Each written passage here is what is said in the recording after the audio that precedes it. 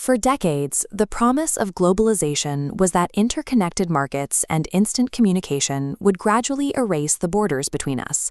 Instead, that web now shatters into rigid, isolated, and fiercely guarded tribal identities.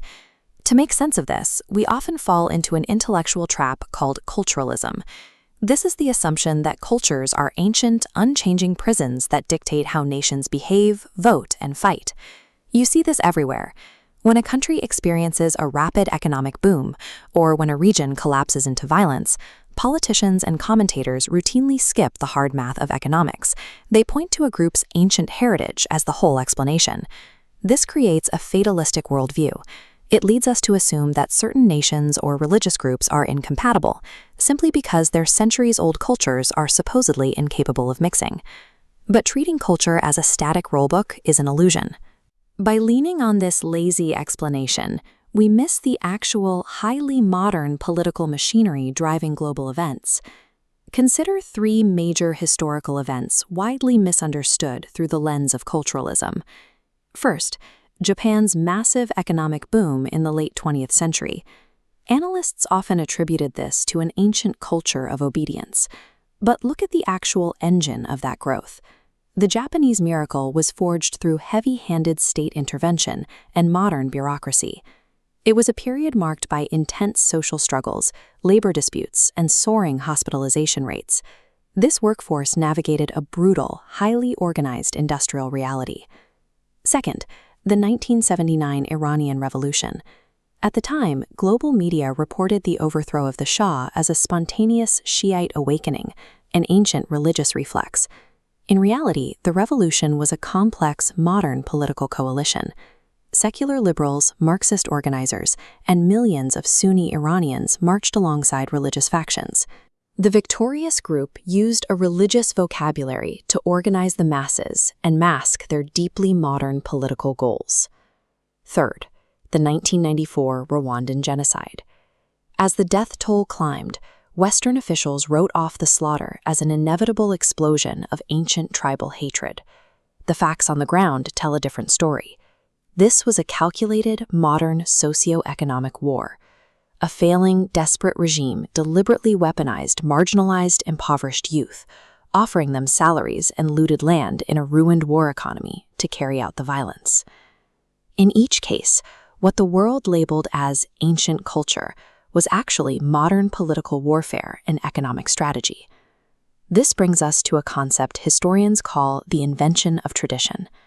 Much of what we perceive today as authentic ancient cultural heritage is a recent modern construction designed to serve a specific purpose.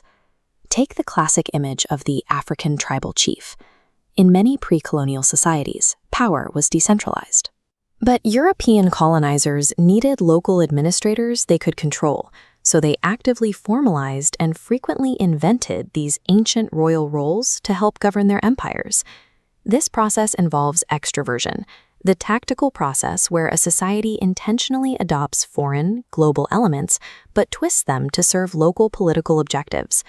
Even a hyper-modern, universally recognized global product does not erase local culture. A bottle of Coca-Cola might symbolize American capitalism in one country, standard hospitality in another, and status in a third. The object is global, but the power dynamic remains strictly local. Culture is not a fixed, ancient heirloom that we passively inherit. It is a dynamic production. Societies manufacture and revise their traditions to survive.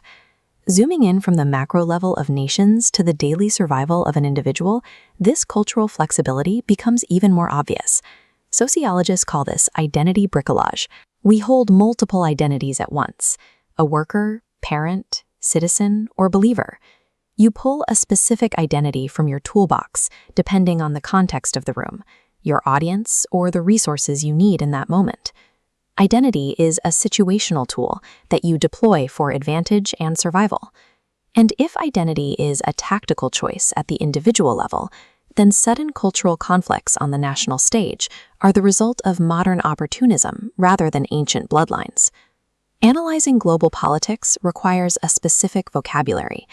We have to view culture as a discursive genre, a language used by populations to express modern political desires. Let's apply this to a case that often confuses outside observers: the modern resurgence of belief in witchcraft in parts of Central Africa. A strict culturalist looks at this and sees irrational backwardness isolated from the modern world.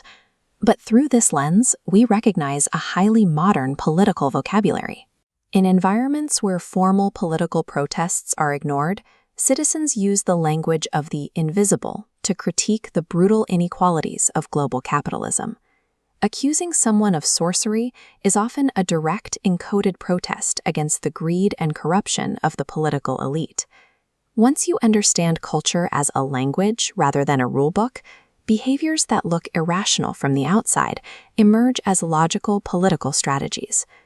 This brings us back to the walls and borders going up today. The argument of culture is often a smokescreen. It is used by the powerful to hide what are actually modern fights over money, land, and resources. Autocrats and political opportunists deliberately invent traditions and rewrite history to force complex, diverse populations into single, rigid identities.